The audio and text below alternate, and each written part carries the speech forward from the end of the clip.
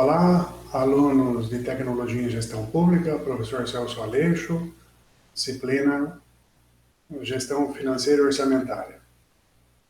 Vamos ao nosso terceiro encontro e agora o nosso tema será Gestão do Orçamento. Vamos aí. As primeiras medidas, quando se fala em gestão de orçamento, nós, obviamente, estamos falando de planejamento, estamos falando de plano. Planejamento é um instrumento, o plano é um conjunto de ações. O planejamento, ele vai envolver um diagnóstico de uma situação, uma definição de estratégia, uma definição de objetivos, é onde o governo vai escrever os seus planos para depois ocorrer um acompanhamento e uma avaliação dos resultados. E aqui, como já comentamos em encontros anteriores, inevitavelmente nós vamos nos defrontarmos com um dilema. Ou seja, nós estamos tratando de colocar recursos finitos para atender necessidades infinitas. Planejamento governamental, ele vai envolver a elaboração do plano plurianual, da lei de diretrizes orçamentárias, da lei do orçamento anual, para depois ocorrer as fases de execução e de controle e de avaliação, proporcionando assim condições para que se desenvolvam um novo planejamento plurianual. O que é que estipula o planejamento plurianual? Ele é um instrumento que vai balizar a ação da gestão pública. É ali o conjunto de diretrizes, de objetivos e metas para os 4 anos subsequentes e, detalhe, não coincidentes com o mandato. Um exemplo muito próximo nosso agora é o que o governo federal, esse que está agora administrando a gestão pública, terá que fazer. Ele terá que fazer um planejamento plurianual que deverá ser apresentado até o mês de agosto ao Congresso, com as diretrizes para os próximos 4 anos. Daqui a 4 anos, o próximo governo que entrar trabalhará com pelo menos 1 ano do que está contido nesse planejamento plurianual desse governo que está no poder agora. A LDO é um Instituto Orientador de Elaboração da Lua. A LDO ela vai especificar ou vai traduzir as necessidades do que contém o planejamento plurianual. Por exemplo, ela vai definir as prioridades e as metas que estão contidas em ações planejadas no planejamento plurianual. Quem elabora a LDO? Ela ocorre através de um projeto de lei que é de responsabilidade do Poder Executivo, mas que, obviamente, envolve o conjunto da administração. E ali são elencadas as prioridades e as ações que não podem estar conflitantes com o planejamento plurianual. Por exemplo, se no planejamento plurianual constar uma meta de construção de 3 escolas e de aquisição de outros equipamentos que envolvem recursos, despesas de capital, para o seu respectivo funcionamento, será necessário avaliar se a prioridade para o exercício será a construção das 3 escolas. Se a construção de uma escola terá preferência sobre outra, e a definição da prioridade de aquisições de equipamentos. Somente depois dessa análise é que se deve fazer a inclusão da meta no anexo de metas estipulados na LDO. E também a LDO contém um outro anexo que chama-se anexo de riscos. E, portanto, na elaboração tanto de PPA quanto de LDO, nós teremos que nos socorrer àqueles diagnósticos de planejamento por nós comentados anteriormente.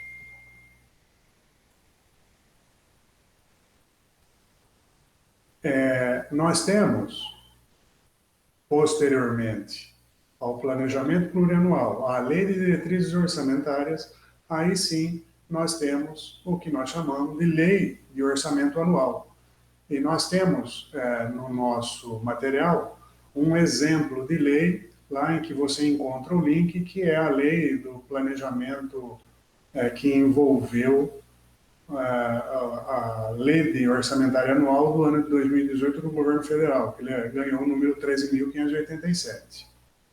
A lei de orçamento anual, ela deve ser elaborada de forma compatível com PPA e com LOA. Repetindo, a lei de orçamento anual deve ser compatível com o planejamento plurianual e com a lei de diretrizes orçamentárias e também com a lei de responsabilidade fiscal. Ela vai representar a peça legal que prevê todas as receitas, e fixa as despesas do governo federal, ou do governo estadual, ou do governo municipal. No nosso caso, nós estamos dando um exemplo de lei federal e que envolve o orçamento fiscal, o orçamento da Seguridade Social e o orçamento de investimentos. Evidentemente que todo ente tem um orçamento fiscal, tem um orçamento da Seguridade e tem um orçamento de investimentos. Você encontra aqui nesse site a lei específica e que serve como exemplo aqui para os nossos estudos.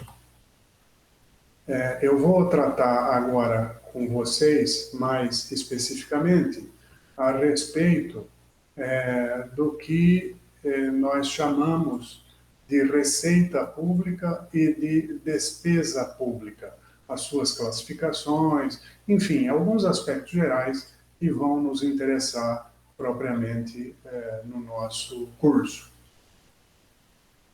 Eu estou tratando aqui da receita pública, que são os créditos de qualquer natureza e que ela tem uma classificação orçamentária. Você pode ter várias classificações da receita, mas aqui nós estamos utilizando uma classificação econômica e que abrange as receitas correntes e as receitas de capital.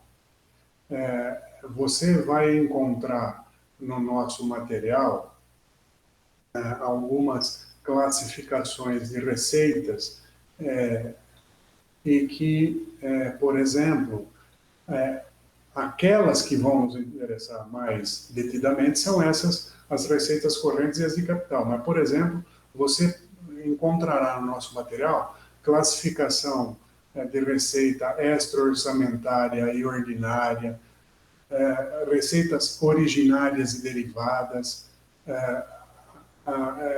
enfim, dependendo dos autores e do enfoque que eles dão para a classificação, você vai encontrar alguns tipos de classificação de receita. Qual é que vai interessar para nós? A classificação legal da receita orçamentária, que é esta por categoria econômica. E o que nós chamamos de receitas correntes? são aquelas destinadas a atender ao funcionamento da máquina administrativa. A receita tributária é um exemplo de receita corrente. A receita patrimonial é um outro exemplo de receita corrente. A receita agropecuária é um outro exemplo. A receita industrial e a receita de serviço. O que é que precisa ficar claro? Que as receitas correntes são aquelas que são necessárias ao funcionamento da máquina. E as receitas de capital são aquelas destinadas à aquisição de bens ou à criação de novos serviços pelo Estado. Elas registram os valores totais referentes às operações de crédito, às alienações de bens, às amortização de empréstimos e às transferências de capital. Veja, existe uma diferença significativa entre o que seja receita corrente e receita de capital. Essa distinção é importante para nós, porque isso vai fazer com que o ente tenha condições de controlar os seus limites em relação aos limites estabelecidos pela Lei de Responsabilidade Fiscal. Eu coloquei aqui para vocês os prazos a que todos os entes devem respeitar com relação ao seu planejamento de 4 anos, integrantes do PPA, do anual, que é a lei de diretrizes, e do anual, que é a lei do orçamento anual. Então, o PPA, nós vamos acompanhar, o executivo agora, este que está no poder, deverá apresentar o seu planejamento para 4 anos no dia 31 de agosto, até o dia 31 de agosto. A lei de diretrizes orçamentárias até o dia 15 de abril do ano anterior. E a lei de orçamento anual até o dia 31 de agosto, sempre, do ano anterior. E o Congresso ou as casas legislativas deverão devolver até o dia 22 de dezembro, 17 de julho e 22 de dezembro. Esses são os prazos que são estabelecidos de cumprimento para as exigências legais em relação a esses instrumentos. Aqui nós já comentamos, né? A Receita Pública contempla todos os créditos e ela pode ter uma classificação geral em receitas ordinárias e derivadas, e a econômica, que é aquela que a gente trabalha, que é são as receitas correntes e as receitas de capital. Este quadro, ele exemplifica os números do orçamento da União do ano de 2018. Então, aqui você encontra os tipos de receitas correntes, que foi aquelas que nós comentamos já em slides anteriores, e os tipos de receitas de capital com a sua magnitude aqui. O orçamento da União naquele ano envolveu recursos, a estimativa de recursos, de 3 trilhões 687 bilhões. Aqui nós falamos um pouquinho a respeito dos estágios da receita, que envolve a previsão, o lançamento, a arrecadação e o recolhimento. A previsão é aquele momento da estimativa, é aquilo que você espera arrecadar. Ainda recentemente, lendo um artigo publicado na grande imprensa, alguns economistas já comentando o quanto que a recente crise irá afetar as previsões do próximo orçamento com relação às previsões de decréscimo no PIB, as previsões de taxa de juros e de inflação. O lançamento, o estágio do lançamento é aquele momento em que o crédito é lançado nos registros contábeis do ente. Por exemplo, eu gosto muito de falar a respeito do IPVA, dar um exemplo caracterizando o lançamento desse imposto, né? Antigamente nós recebíamos os avisos nas nossas casas e tudo mais, né? Então, este lançamento, ele ocorre lá pelo mês começam as previsões lá para setembro e outubro, e o lançamento do IPVL ocorre efetivamente no dia 31 de dezembro do ano anterior, para fazer face às previsões do ano seguinte. A arrecadação é aquele momento, é no momento em que você vai lá no banco e recolhe o fruto daquele tributo. E o recolhimento é o momento em que o banco transfere isso para o ente da federação. As receitas vinculadas são as receitas chamadas, são aquelas que estão estabelecidas na Constituição, né? Elas recebem uma outra classificação e que são denominadas de receitas vinculadas. Quais são os tipos de receitas vinculadas? Fundo de participação dos estados, fundo de participação dos municípios, fundo de participação no Centro-Oeste, no Norte e no Nordeste, fundo de compensação de produtos exportados, o imposto territorial rural, o FAT, a manutenção de desenvolvimento do ensino e o financiamento da Seguridade Social. Esses recursos são chamados de receitas vinculadas porque o recolhimento a eles destinados não pode fazer frente a outra necessidade que não a essas necessidades de financiamento mencionadas aqui. Despesa pública são aqueles gastos que são fixados na lei orçamentária, visando ao funcionamento do serviço público. Elas também, e o orçamento, ele é estruturado de modo a agrupar as despesas e as receitas segundo determinados critérios. E esses critérios são os critérios mencionados de natureza econômica, né? E que vão lá fazer parte de uma programação, de um processo de programação, de um acompanhamento e de uma avaliação.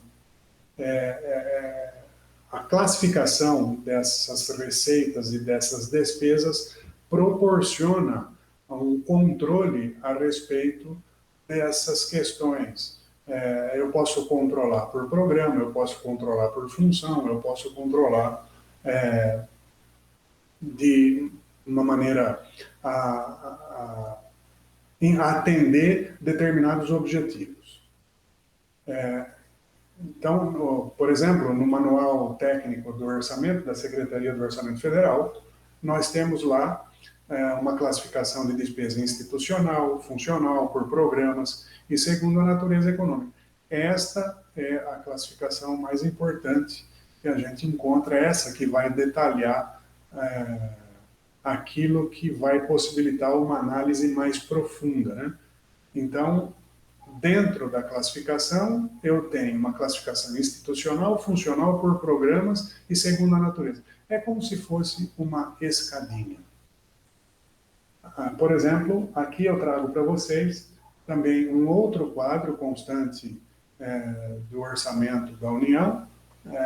Olha, vejam, lá as receitas estimadas de 3.687 e aqui nós temos o conjunto de despesas também estimado em 3.687, definindo as despesas correntes, as despesas de capital, por categoria econômica e segundo o orçamento fiscal, o orçamento da Previdência e o orçamento de investimentos.